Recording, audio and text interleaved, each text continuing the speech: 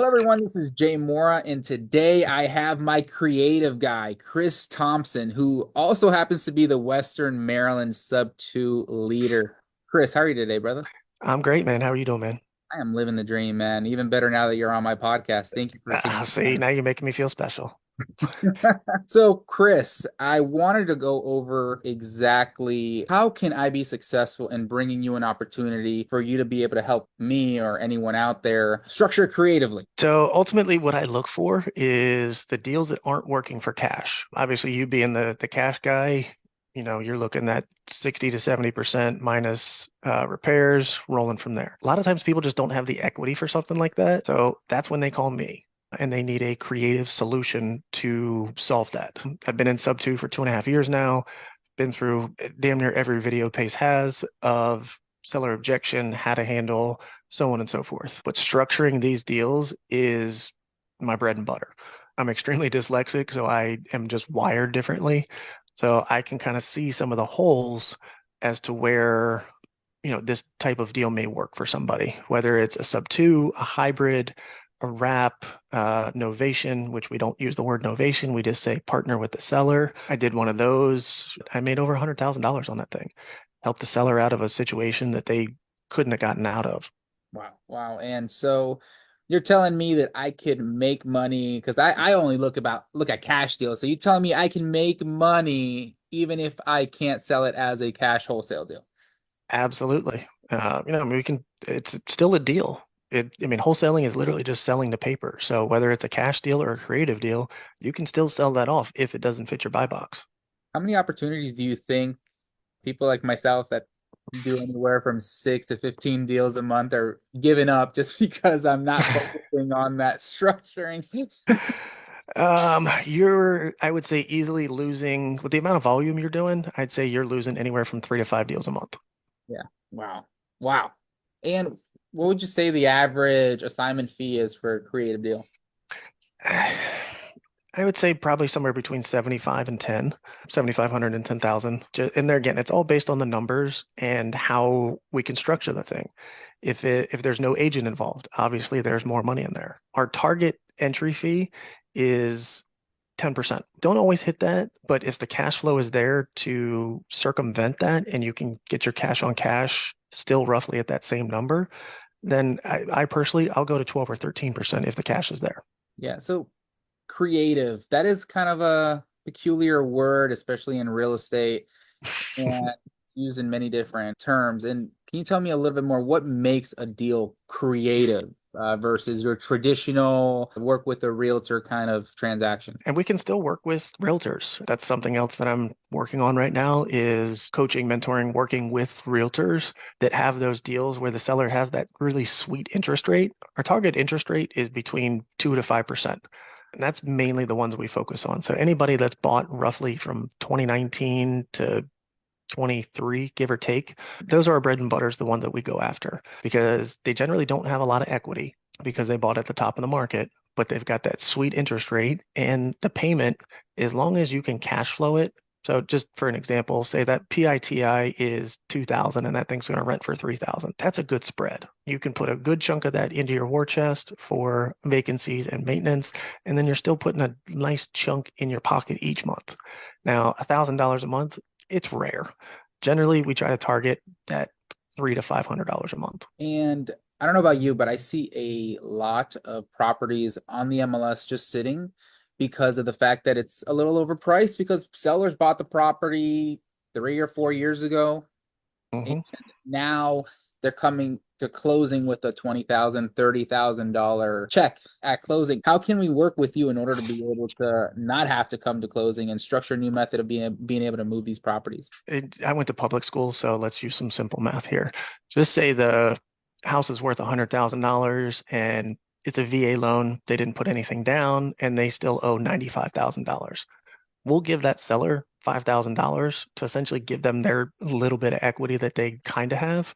Because true equity is what it's worth minus your expenses. For somebody to go through and do that, selling a $100,000 house would cost them $8,000 to $10,000 generally. So factoring that in, hey, we'll pay your agent. I generally don't pay their full commission. Plenty of people do. And if the numbers are there, we do, because we always want to make relationships with those agents. But essentially, I would call that listing agent and say, hey, Mr. and Mrs. Agent, this thing's been sitting on the market for a while. I can make sure you're taken care of. I can make sure your client's taken care of, and we're going to take over that mortgage. And that's where the creative part comes in. We don't assume their mortgage. The mortgage stays in their name. We take over the responsibility of those payments, and then we either keep it ourselves or we wholesale it off.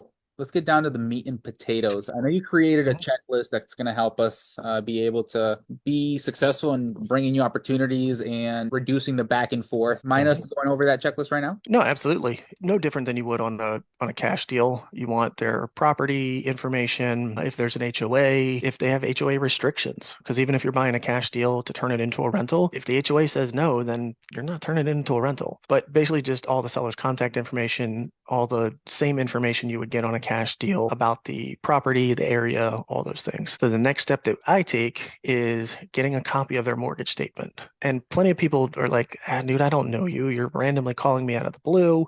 I'm not going to give you my mortgage statement. I just had one of those calls yesterday, actually. So I was like, hey, I get it. You don't know me, but let me get your PITI, principal, interest, taxes, and insurance. Do you have an HOA?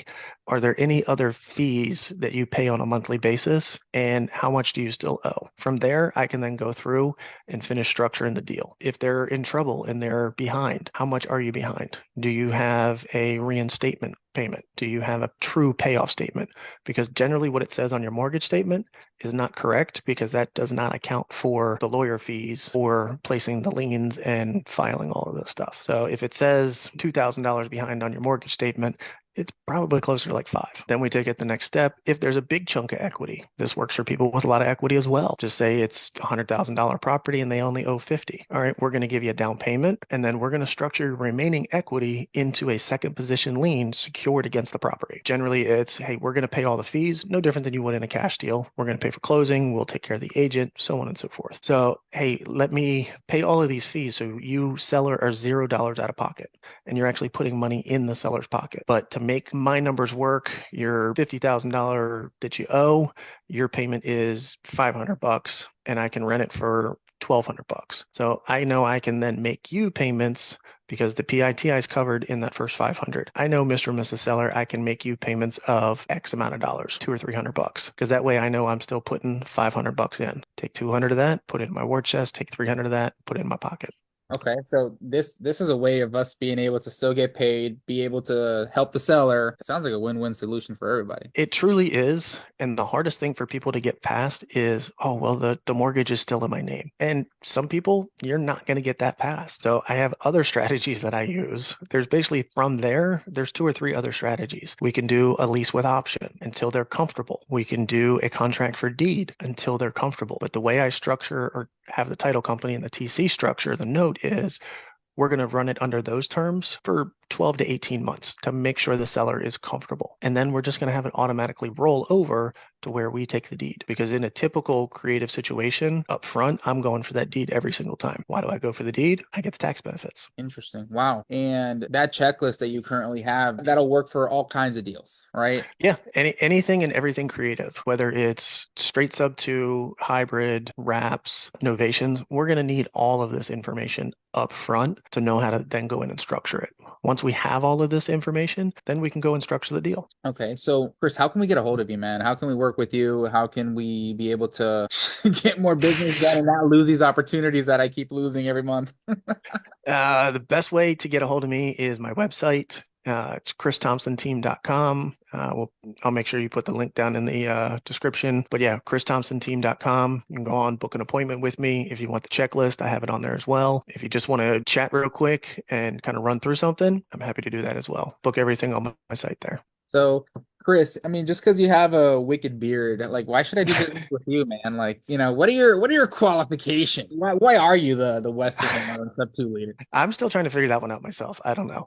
I am a realtor licensed for 18 years here in Maryland, second generation. My first home inspection, I was 10. Real estate has literally been my entire life. Construction, renovation. I started that company back in 2020, 2019, somewhere in there. I was actually doing the novations or partnering with the seller before I even knew what the term was. I I would come in, work with my retail listing clients, renovate their homes, and put it back on the market, which essentially is all we're doing on a real novation anyways. But there's a lot more steps to a true novation. I've run a property management company, so I know rentals inside and out. I currently manage about 20 doors for clients. I currently have about 18 doors of myself across 5 states. So I know different markets. I know the ins and outs of that.